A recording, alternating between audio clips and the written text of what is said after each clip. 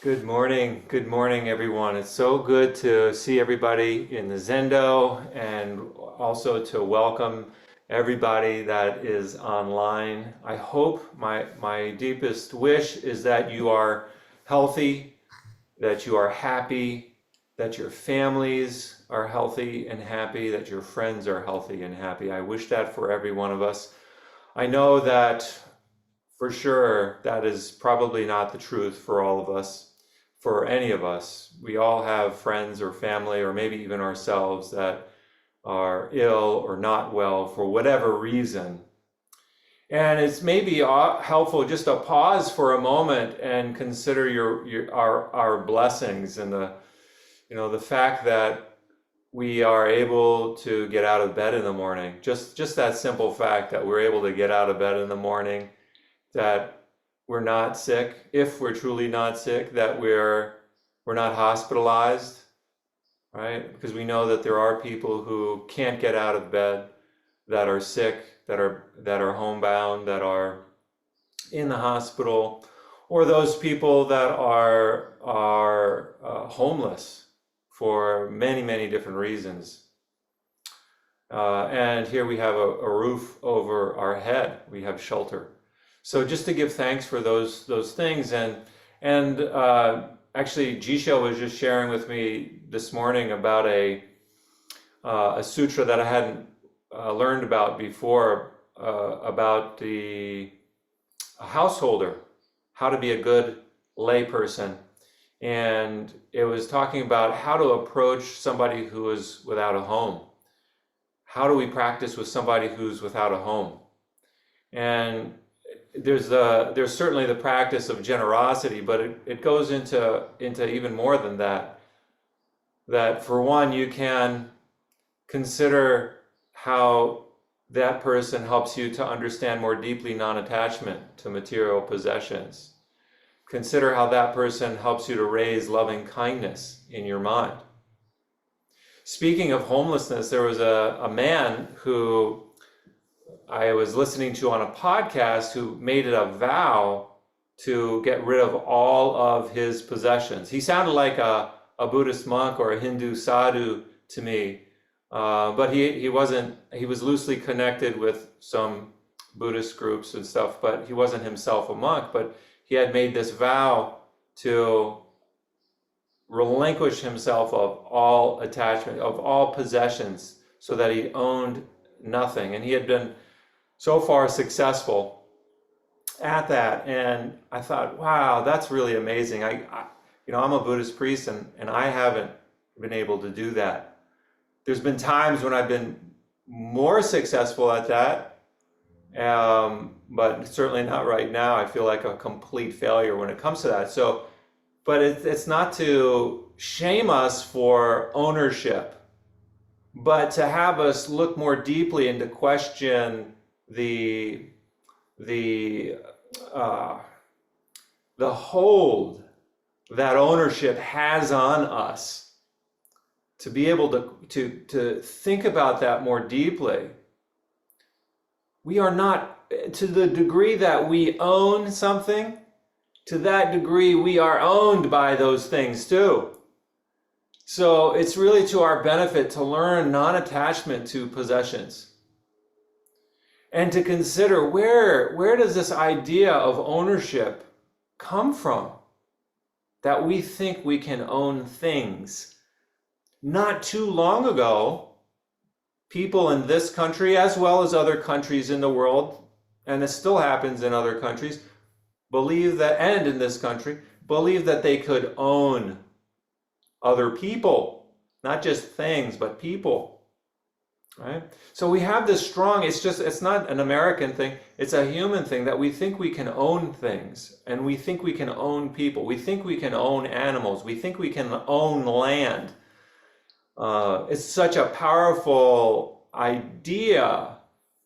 And yet when I was walking with my daughter, who's just 14 months old this morning, she has no concept of ownership whatsoever as we're walking, and she's not able to walk yet. But she's able to walk if I hold her hand. And so while we were walking on the sidewalk,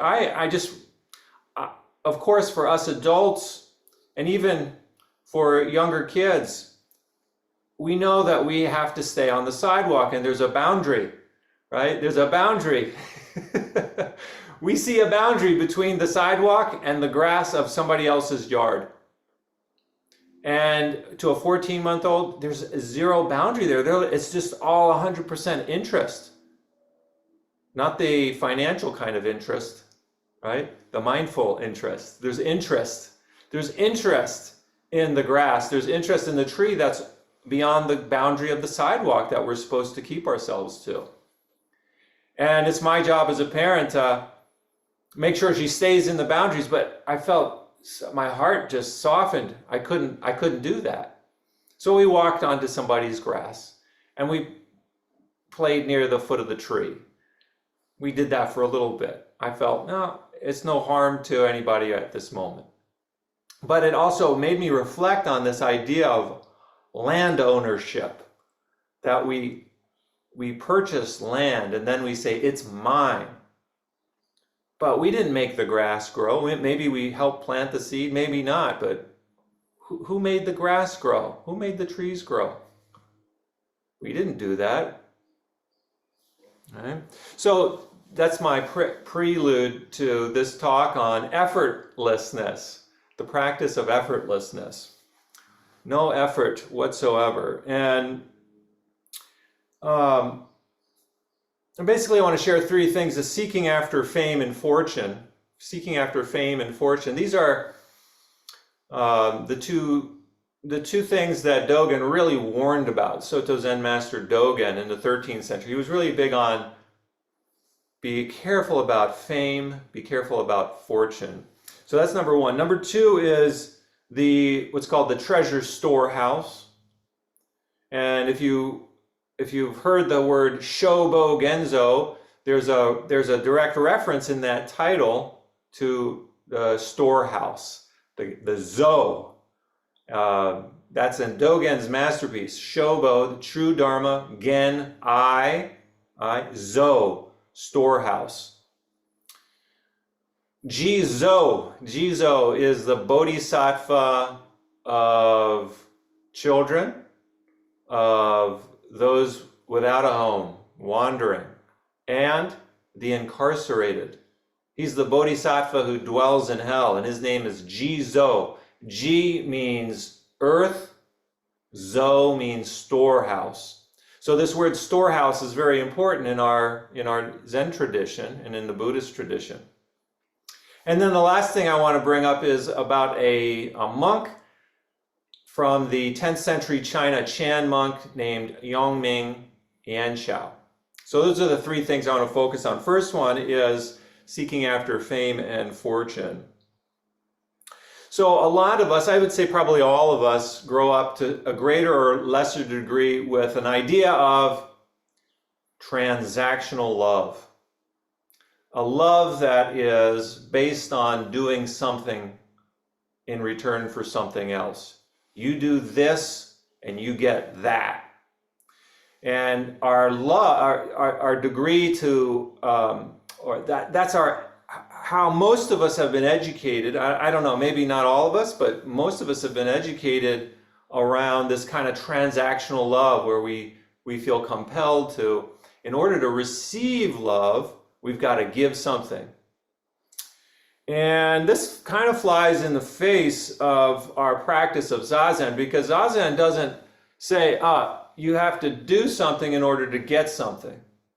Yet, here's the rub, is that when we come to Zazen, because we come from that transactional love framework, we think that we have to put some effort into Zazen in order to receive love, or to experience the love of the universe. That's right. To me, that's what Zazen is to open ourselves up to how loved we are.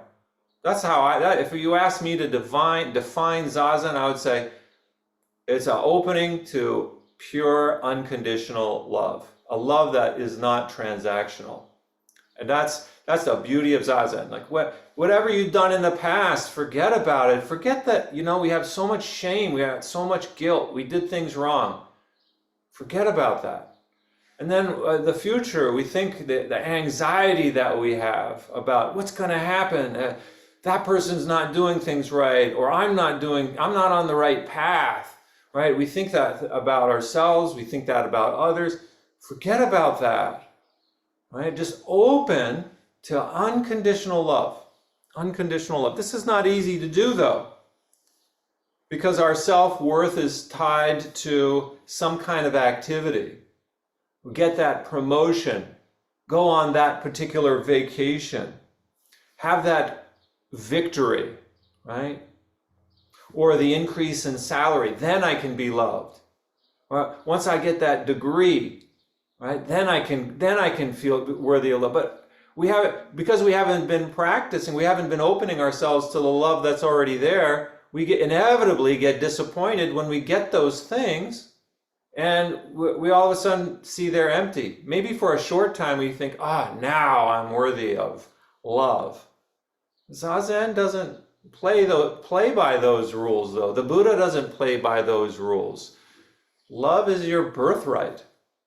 To feel that sense of belonging, that is our birthright.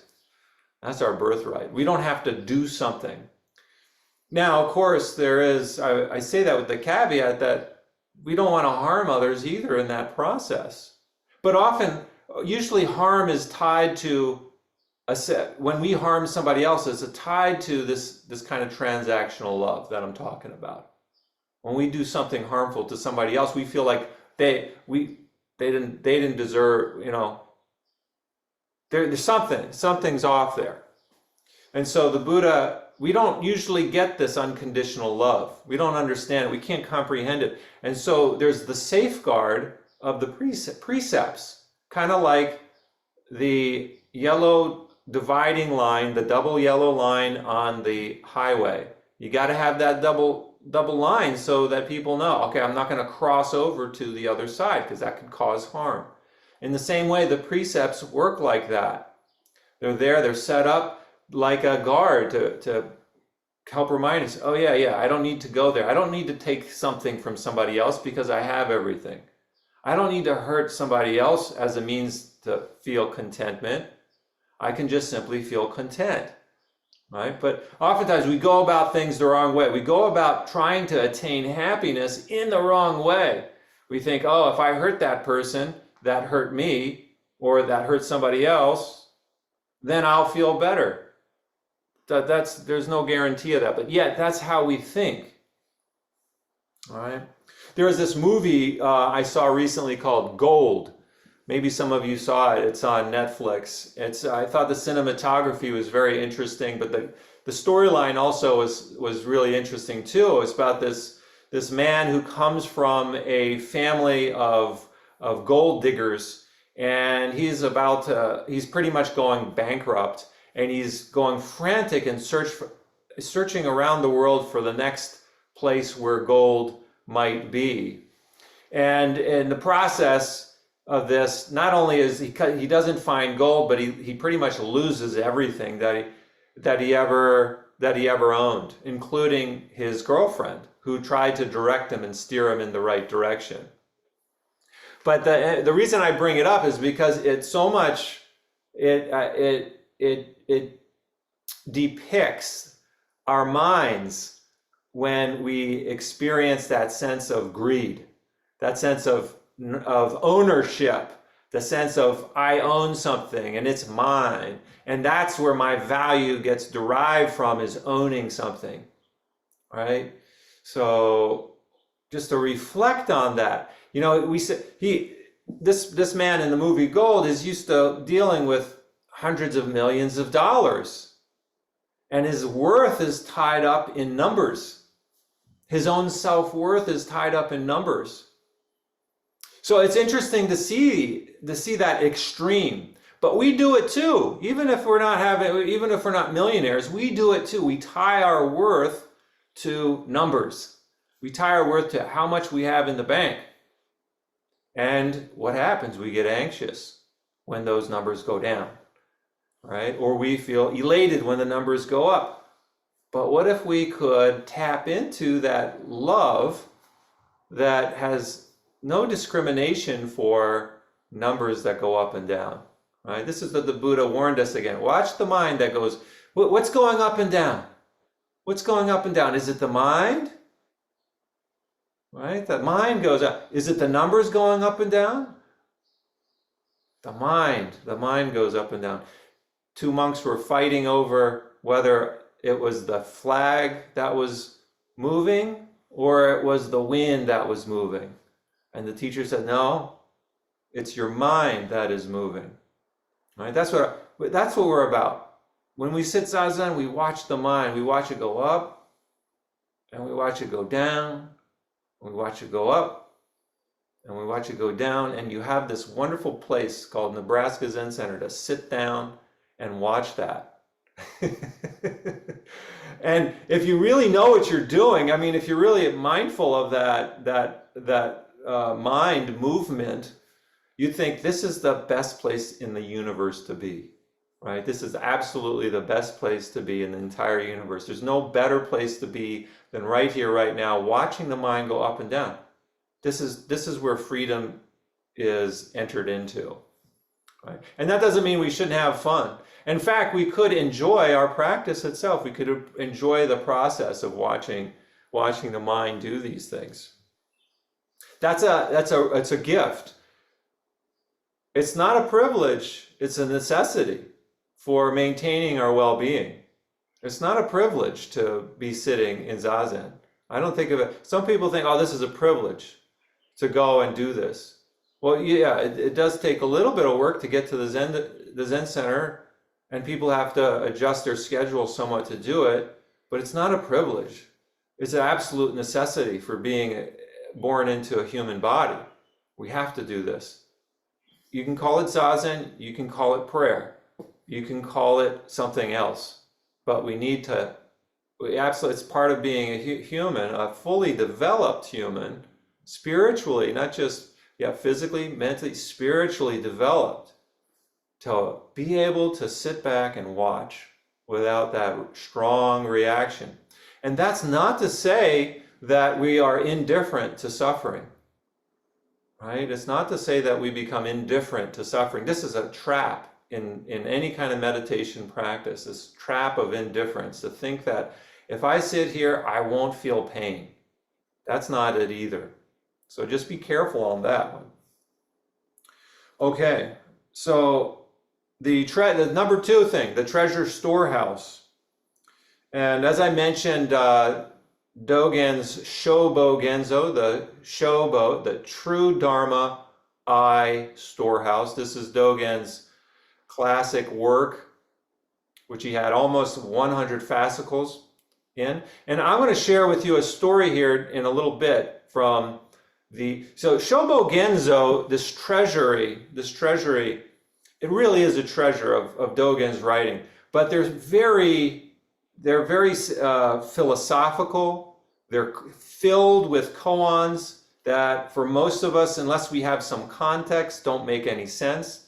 They're filled with references to ancient Chinese poems, to ancient Chinese culture, ancient Chinese philosophy, and then unless we have that education, we're not going to understand the Shobo Genzo very easily.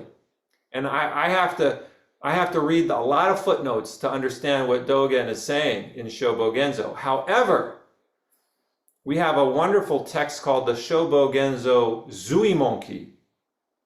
The Zuimonki is much more practical, and it gives some advice for how to practice, and it lays the foundation for entering into deeper writing of Dogen.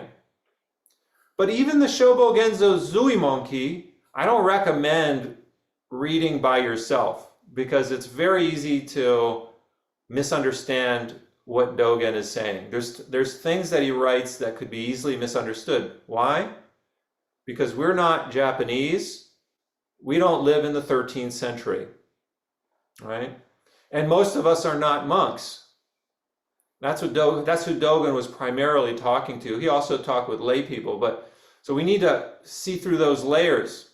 And it's very, I read Shobo Genzo Zuimoki. It's very thin. It's a very thin book. But I read through most of it with my own teacher, and there are many Japanese teachers that commented as well on it that I was really privileged to listen to. So I don't recommend even reading that by yourself, but it's a helpful primer for the Shobo Genzo, the treasure. Right? And I love that word treasure, right? The zo, the treasure, the storehouse, where the treasures are stored. Treasure is not something that we think of treasure out there, right? The gold that's out there. I got to go get it. And in Buddhism, the treasure is right in our midst. It's right in our hands. We also talk about the storehouse in terms of what's called alaya vijnana, the store consciousness, that within us exist all the seeds: anger, love, forgiveness, loving kindness, compassion, wisdom, greed. All of those seeds are all within us. So this is another reference to the storehouse. And the seeds of suffering, the seeds of joy are in us. So the question when we practice is, what seeds do we want to manifest from the storehouse? We have just like you go into the store, when you go to the store, you go there for a reason. You need to pick things out. I need to get this, I need to get this. I don't need that, I don't need that. Well, within us is the same thing. I've got seeds of hatred, I've got seeds of suffering in me, I've got seeds of love. Which ones do you want? And if we're mindful, then we can choose. We can be selective. What do we want to bring forward in our practice? So if you want joy, right? Think about joy. It's right there. Just think about it. It'll come forward just through your thoughts. Just through your attention. You think about joy, think about love towards other people, and it will come forward. If you think about hate, that will come forward. And actually, hatred comes forward much easier. It doesn't require any effort whatsoever. Hatred can just, but love, kindness, this kind of thing takes a little bit of effort. And if you want to attain well-being for yourself, one of the best things you can do is think kind thoughts towards others. Think kind thoughts towards others. Those that you know in your family, may my spouse be well, peaceful, and happy. May my children be well, peaceful, and happy. Just say it. Just say it to yourself. You don't have to tell them. Just say it to yourself. It's the fastest way for your own well-being, is to think kind thoughts towards others. Don't worry about what they're doing. They might be in misery, but may they be well, may they be peaceful, may they be happy. We can think that towards others. And that's watering those seeds of joy within ourselves. We want others to be happy. We really do. It's so natural. We want to say that their happiness is our happiness. So I wanted to share two examples of this idea of that we're not dependent on something outside of us for our own happiness. Two recent examples from my own life. Malcolm, my son, who's 8 years old, he was looking at this book about how to build a bridge out of certain materials, and he needed 4 plastic straws, a straw that you drink out of. And we didn't have any plastic straws. And thankfully, my wife has been working on trying to eliminate the plastic things that come into the household that are plastics. So we've been really working hard on that, not bringing in plastic. It's very challenging to do that. But in any case, we didn't have the plastic straws. So he thought, I can't do it. I can't build this bridge. I have to have what the book says. I said, you don't need to have a plastic straw. Let's go outside. I bet on the lawn we can find something that would be an equivalent. Some bendable sticks. That's what. We want bendable sticks. So we went out on the lawn. Sure enough, we found what we needed right in the lawn, right in front of our home. We could find what we were looking for, and he made his bridge. And not an hour later, we were eating popcorn, and my daughter, just 14 months old, she loves the popcorn, and she's just eating it in like fistfuls of popcorn, stuffing it in her face. You can imagine a little baby with nutritional yeast on it and a little bit of salt and olive oil and such, just popping in her mouth. And we're at the end of the container, and at the bottom there's all the hard kernels that didn't get popped. And I didn't want her to be reaching in for those because it's a choking hazard. So I thought, okay, well, that's the end of it. But something clicked. I said, you know what? Do I need to make more pop? Should I make more pop? When I look more closely, I could see there were loads of little tiny popcorns. And for a little baby with hands really tiny, she didn't care. Whereas I, and probably most of us, would see the end of the popcorn and just discard everything, including small little kernels that were popped. I thought, okay, it's right here. I don't need to go make more popcorn. She's still hungry. Okay. So I started picking out myself. I started picking out all the little white kernels and putting in my hand, and then she grabbed those and eat them. And then I thought, oh, well, we don't have to limit ourselves to popcorn. Let's put something else in there. I can't remember what I used, but because there was nutritional yeast and salt there, I moved, it was cheese. She didn't want the cheese. I took some cheese chunks, I put the cheese, I dipped it in the nutritional yeast and salt. I hope your mouth is watering as I'm talking, right? I dipped it in there, and she started putting the cheese in her mouth, and she didn't realize what she was doing, but she was happy to have it. And so the point being that we have what we need. We have everything that we need in front of us if we know how to look with greater attention to what's right there.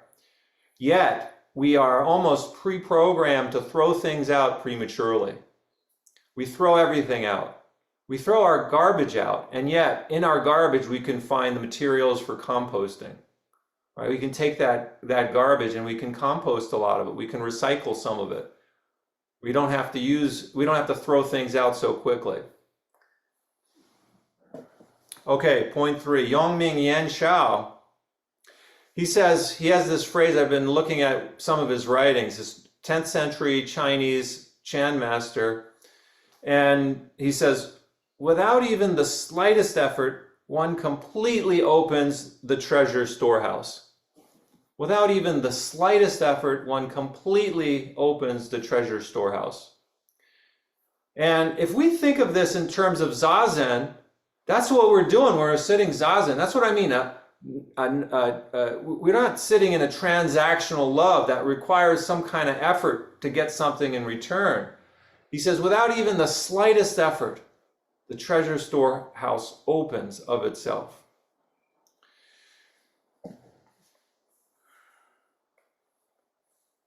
He also says, he speaks about jewels. He says, when the spiritual jewel is in your hand, there's no need to go around searching for it.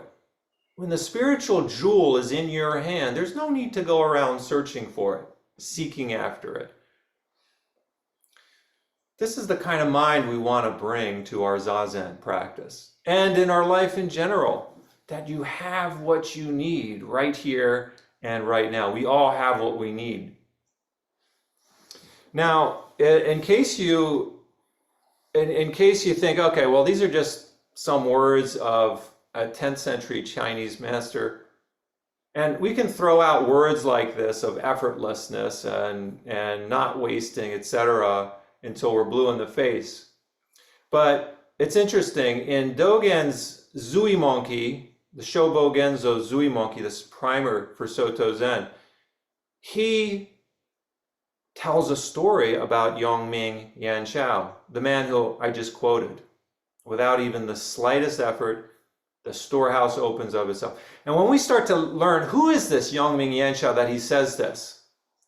Well, it turns out that Dogen tells this story about him, and when Yongming was 28 years old, he was a government official in ancient China. That was a role with a lot of responsibility and required somebody to be trustworthy. If you were a government official, and you had to be trustworthy, and he was responsible for a great deal of money. Guess what he did? Guess what he does?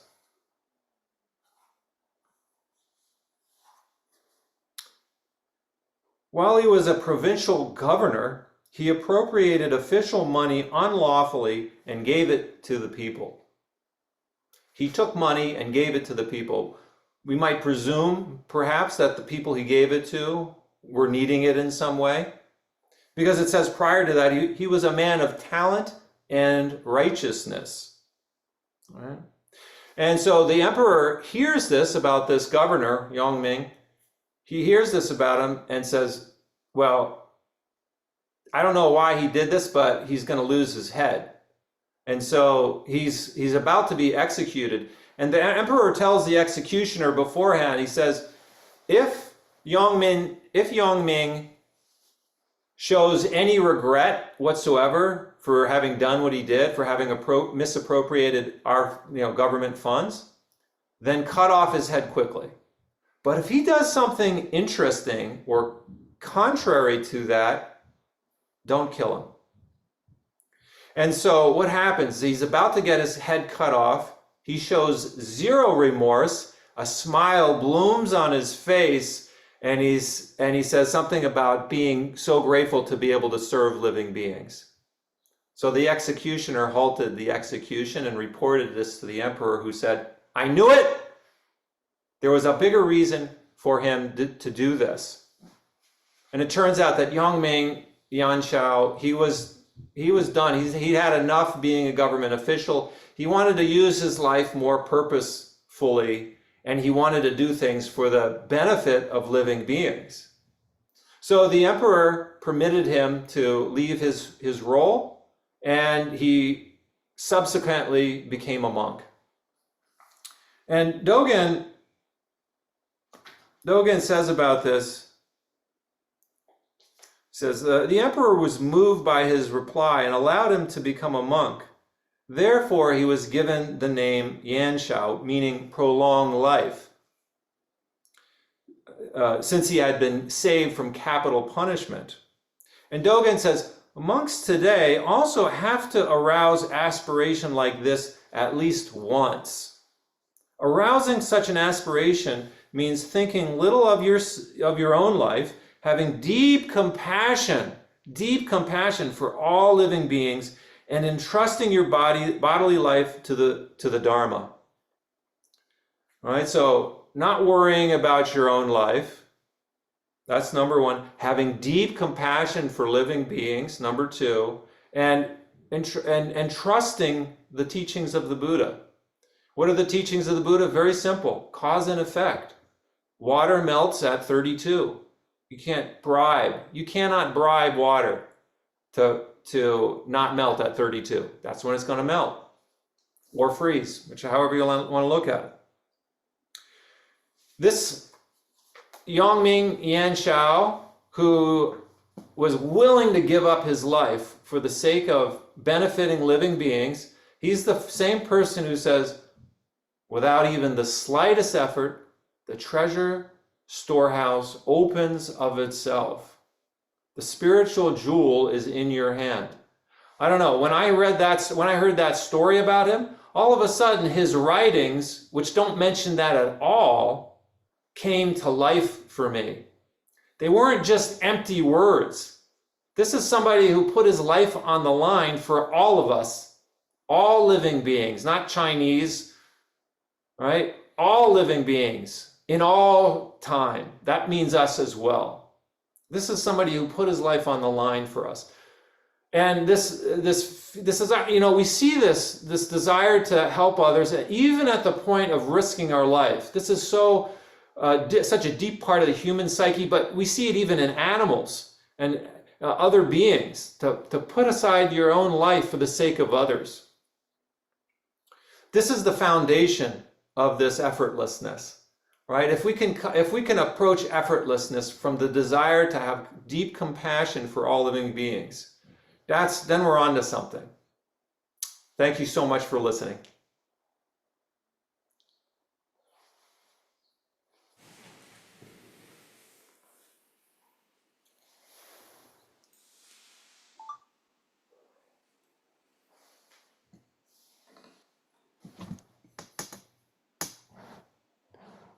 Yeah, any comments? Feel free to share. I'm not hearing anything on you guys' end. Anyone have comments, questions? Can you hear me?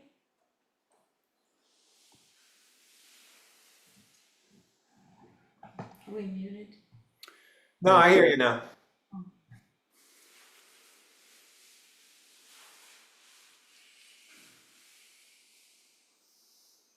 Tara, Diane, I'd like to hear Daishin's comments on perhaps a Cohen thing that I came up with, like what moves the river? Could you hear that, Daishin? I couldn't. What was the question? What moves the river? The question is, Tara is asking the question, and the question is koan that she's been engaging with, which is what moves the river? What moves the river? Great way. Yeah. Yeah, what is it that moves the river? What is it? I think that's the point of the koan, is to have us rest in something that we can't completely fathom. Right? What moves the river? That's a great koan.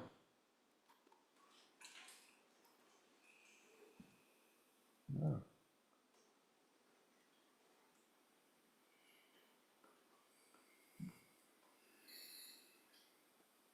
And it's okay if we don't have any questions at this point either, too. If there's nothing, We have a gentle rain going here, and I think it's lulling everybody. it's sleepy. Not sleepy, but peaceful. Okay. Yeah. Daishin, I can make a comment. I really love the story about your son and the straws, not being able to find the straws. I think that's just, one, it's a lovely story, but two, I think it's so relevant to our practice. Oftentimes we're looking for a very specific thing that fits a definition that we have brought to the situation itself, rather than checking out what is actually there and what's available. I just thought that was such a great story. That's really it, right? That's what I can't overemphasize that point enough. Thanks for bringing it up, G-Con. Yeah. There's just that's the if there's anything that I learned from my own teacher, it's just that we have what we need, and we're just not looking hard enough. And she was telling a story. There was some story of a monk who his teacher told him to make a fire, and the monk returned to the teacher saying, I can't find anything to make the fire with. There's nothing here. We can't do it. The monk basically gave up, and then the teacher took the tongs and he searched around in the ashes of the fireplace, and he pulls out a burning ember. And so the point was that you got to look deeper, right? Everything's here. Everything's here. Don't wait. If you find yourself waiting and impatient, that's a result of not really seeing. No, if you find yourself waiting for something or someone to come or to help or to do, it's just a sign of we're not looking close enough. And we all get ourselves in that state of mind, right, of waiting.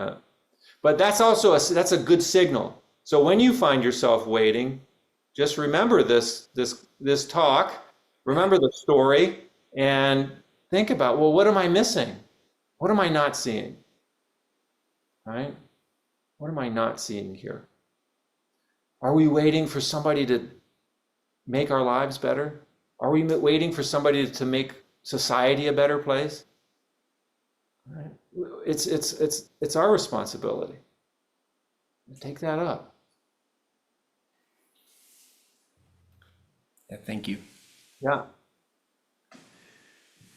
You know, maybe I can just suggest that people who are online, we want to hear from you too. So just create. Please. Yes, thank you.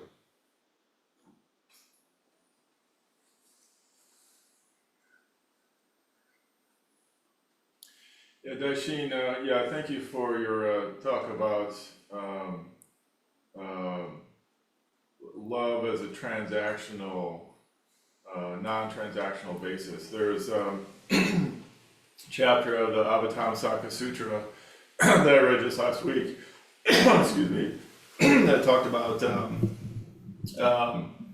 always try to be of help, be of service. And it goes to this long list of situations where you think you'd be discouraged in giving help and giving service. And it was just one thing after another. You know, you try to be helpful, the person's indifferent. You try to be helpful, person's angry. You try to be helpful, the person's just a horrible person to be around. But you just keep going, you keep going, you keep offering, regardless of what the other person's like, the other situation's like. Constantly giving. Constantly.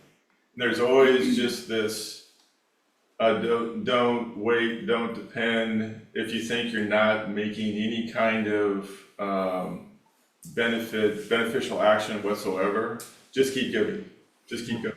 Just keep giving. Just keep giving. Yeah. Long paragraph, and it's quite inspiring. Yeah. It's so easy in our world to lose hope, to give up. And we oftentimes don't see the results of our actions, or the results that we're hoping for don't come to fruition.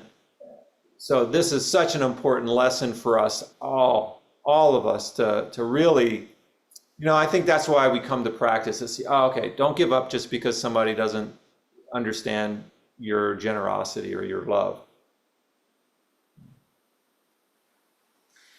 That kind of reminds me, thank you, George, and thank you, Daishin. When you were talking about like the boundaries and, the idea of ownership, and it almost, like, what that brings up in me is that it almost immediately follows that, when you have systems that are based and structures that are based on these kinds of ideas, what immediately follows is like a scarcity mindset. And that can be very disempowering. It lends itself to like conflict, to like haves and have-nots. And but what is empowering is that we have the ability to choose, like, yeah, that is the way our world operates right now. However, there is a reality inside of us that we can choose to see things differently in a reality that's more fundamental, I guess. And then what immediately follows that is this sense of like abundance and gratitude, and like what you were talking about, your idea of love, and like, and it's so simple to do too. Like literally, you can just look at, try to conceive of how many leaves are on a tree, or like we're hearing the rain right now, like how many raindrops are in the sky that just falling down. It's almost hard to conceive of it, and it's just like George was saying, it's like endlessly effusive and like renewing, and all the time it's just pouring out of, and to me that's the energy of love, and it's all around us all the time. Beautifully said. Thank you, Sarah. Yeah. Daishin, at the beginning of your talk, when you were talking about our ideas of property and ownership, it just kind of made me think about how it seems that also create in us a kind of like we feel a lack of responsibility then for the world around us, because we think, well, that's someone else's little slice of the world.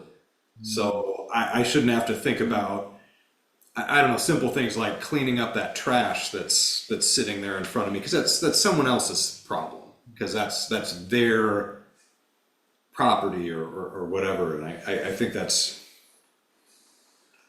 one of those things that I try to deal with, like not having that mindset that, well, that's not my mess, why should I clean that up? Or again, with the idea of property, it helps us disassociate what is ours. I mean, what is all of ours, not mine, but, anyway, just, something. Yeah, good fuel for deeper contemplation, yeah. Yeah, the ego gets in the way of, the ego will try to get us thinking like, oh, that's not mine, I don't have to worry about that.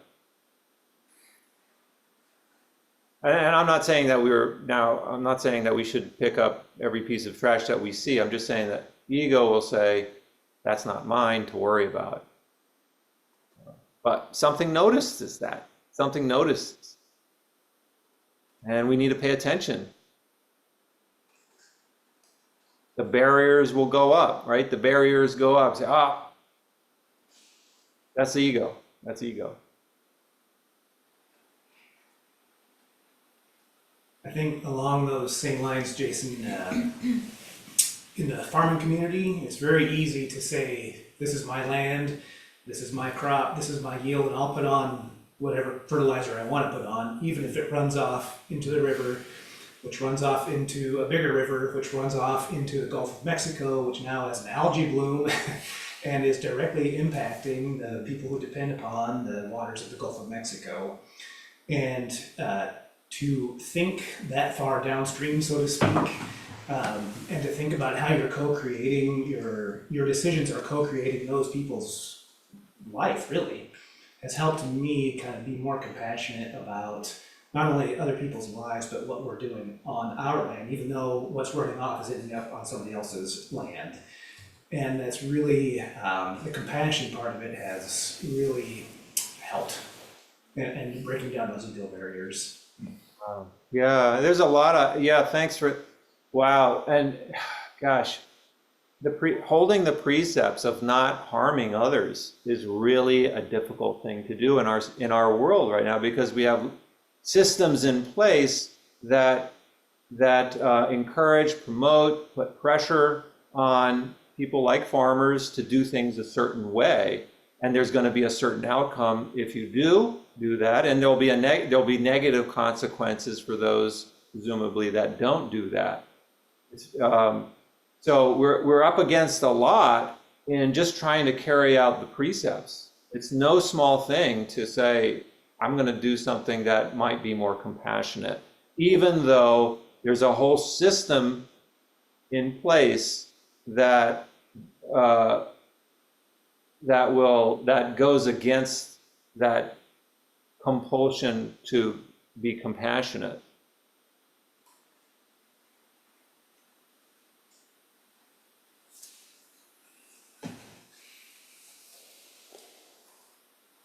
Anyone else?